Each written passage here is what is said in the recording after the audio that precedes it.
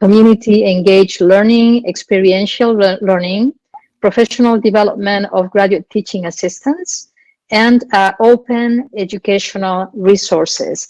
So Anna, the floor is yours. Welcome, and please take it away.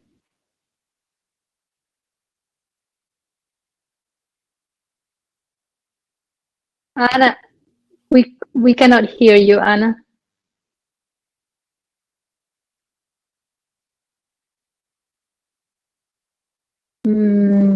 We cannot hear you, so let's see, Mateo, can you come to our rescue?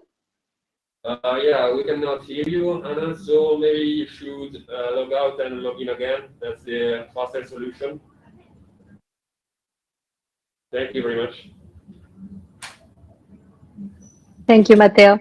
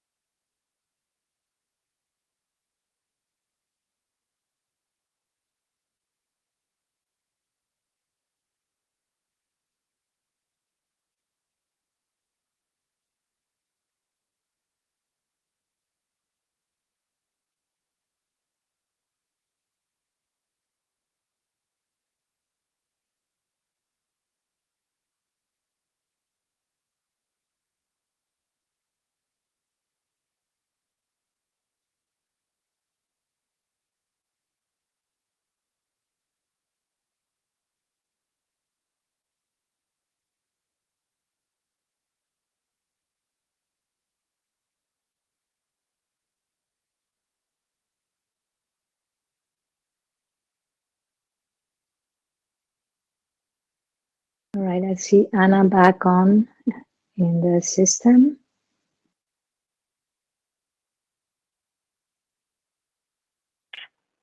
I see your mic. All right. And we need the video, but if the video is not working, it's okay, as long as you have audio. Okay. Anna?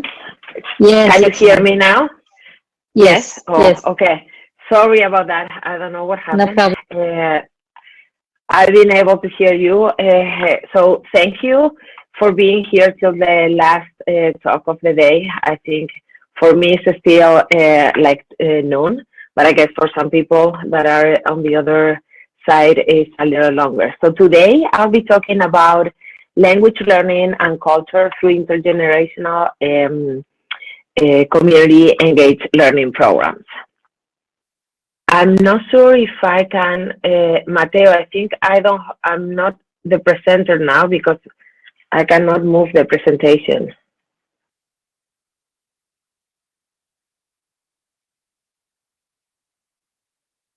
Now, thank you. Okay, now, thank you. So what I'll be presenting today, this is the overview. Why seniors? First of all, let me tell you that this project, the intergenerational project, involves two of my passions that are teaching and also working with seniors. So that's what I came up with this idea. So why seniors, why community engaged learning, and why put it all these Spanish as a foreign language and community engaged learning together? Then I will explain a little key notions that are the ones that direct my research, and then I'll explain two programs, the inception and the implementation, one locally and one internationally, and then conclusions. This is still our work in progress. I've been doing this for more than, I think, 12 or 15 years, but working on as research. We started just before COVID, and then COVID hit, and of course we've been just kind of stuck. We have some data, but we haven't been able to finalize. So why seniors? Sorry, I don't speak in a little. Okay, why seniors? Canada, the data from Canada show that 1/8 of the population in 2016 were seniors already, and it's going to be 25% by 2030. When we look at the West, like Americas and Europe, it's going to be 1/4 also by 2035. And in the United States, some data from 2000 to 2013 said that the population of Latino people grew by 43%. That's the one that I'm looking specifically. And I don't have that data for Canada, but it's not so high, of course, but it's also growing. So looking at these numbers, we can ask ourselves, what will their general needs be for for the seniors? What are the communicative needs? Because some of them, they struggle with English. What are their English as a second language needs? And what are also their family needs?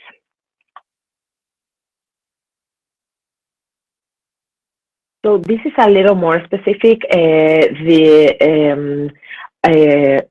data from Statistics Canada showing that for the first time in Canada, there are more seniors than kids under 15, and this happened in the year in July 2015.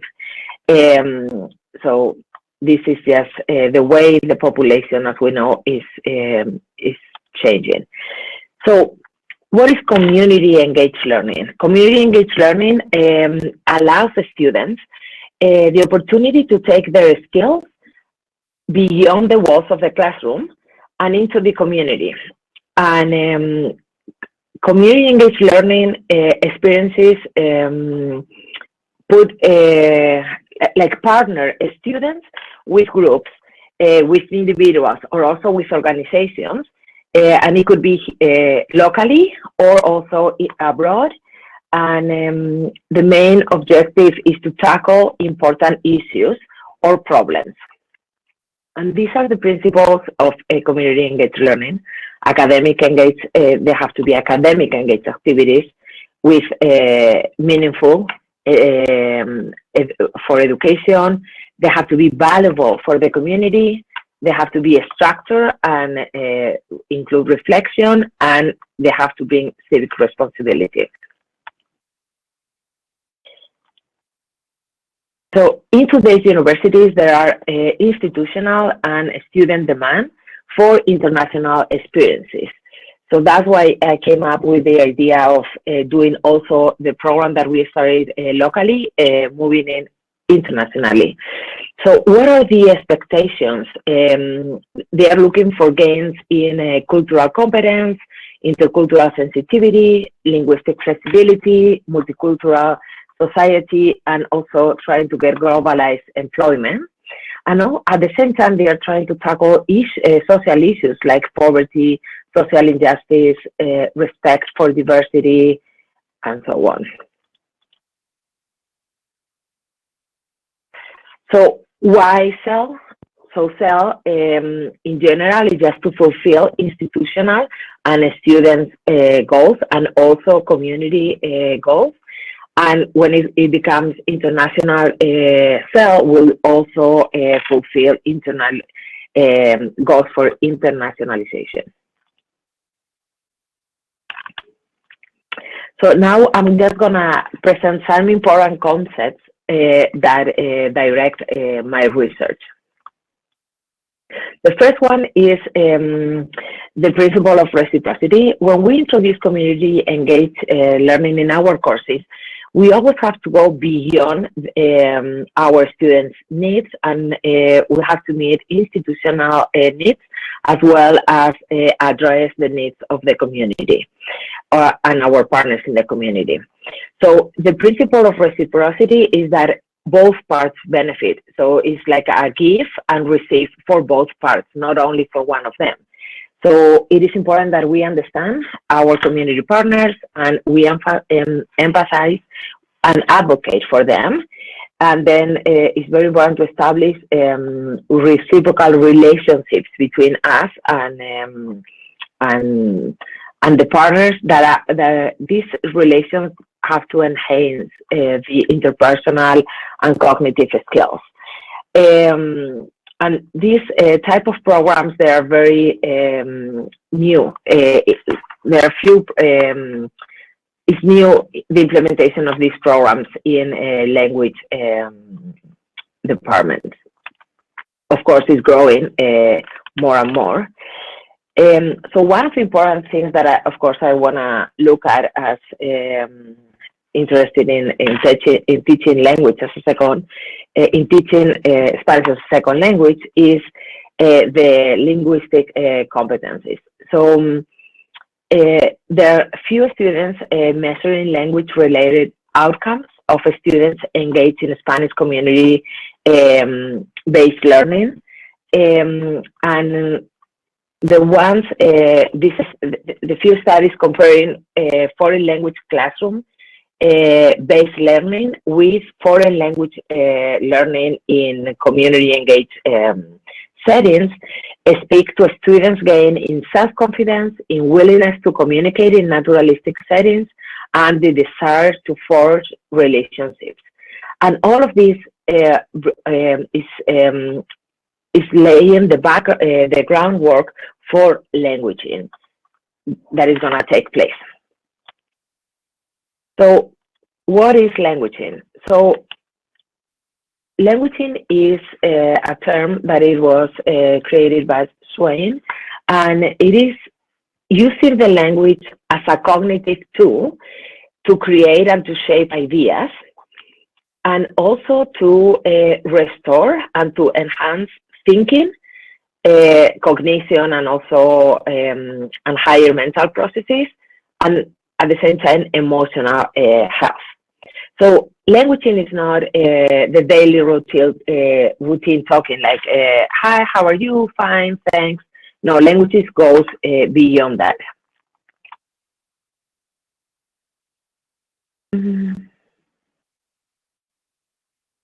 So what are the seniors' languaging needs?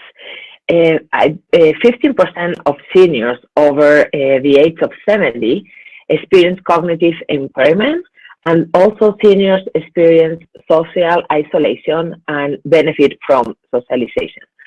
And imagine if that happens with seniors in general. Imagine a senior in, let's say here in Canada, coming from a Spanish country that is even more isolated because the language is a problem for these people. They cannot communicate, so they are like, this is like the problem increases for this type of people. So there is need for relationships to create, and that relationship has to be reciprocal, and we have to create programs for them that specifically addresses their needs and also their strengths. Anna, 5 more minutes? Yes. Okay. 5 more so minutes. I'm going to, okay, thank you. And then the other part that I look at is the intercultural competencies.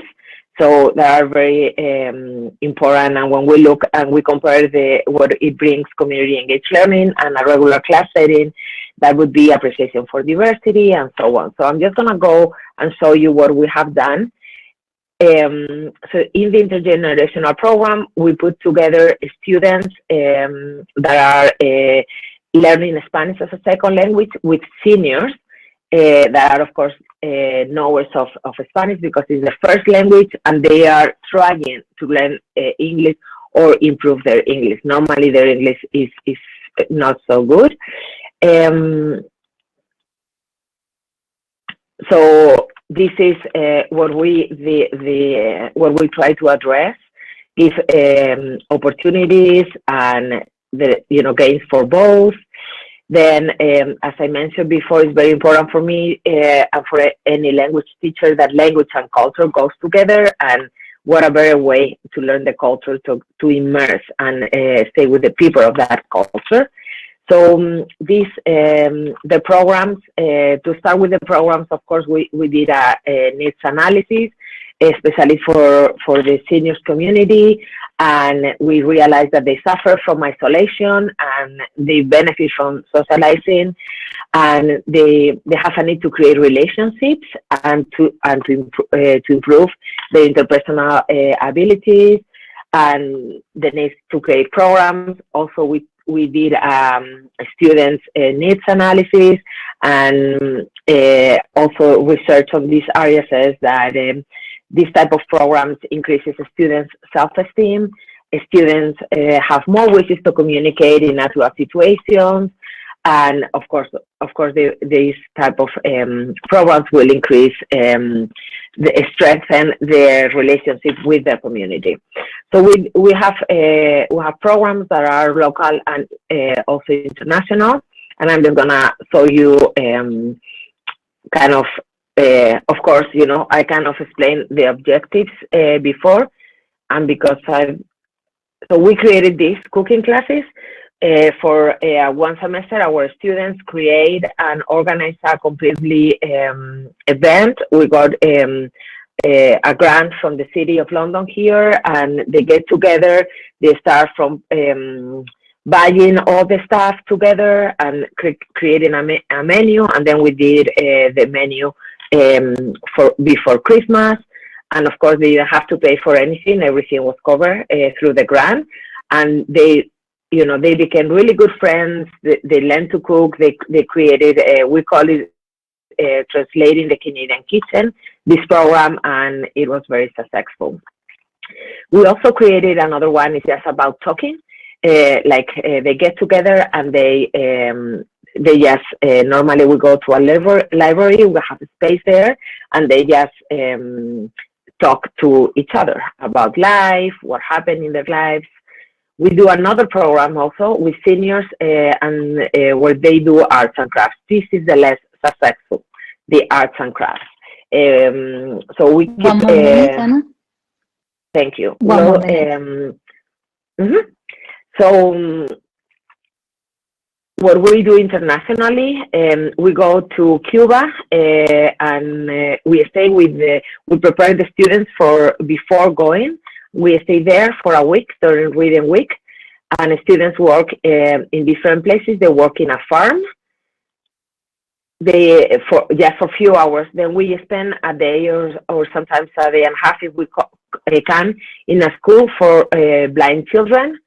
And then this is our kind of more important program. We go to a nursing home in Cuba, and that's where I spend most of our time. And we share our stories with the seniors, and we almost every year ended up dancing. So I have some quotes from the seniors about what these programs meant to them and how they really enjoyed. They are super happy. They are every year, looking forward to meet, and they meet different students every year. And what Spanish students have to say. For them, it's also an amazing opportunity, and normally they keep in touch with the seniors even after the program has finished. So I have, I'm done. Okay. All right, Anna. Thank you very much for again a very nice presentation.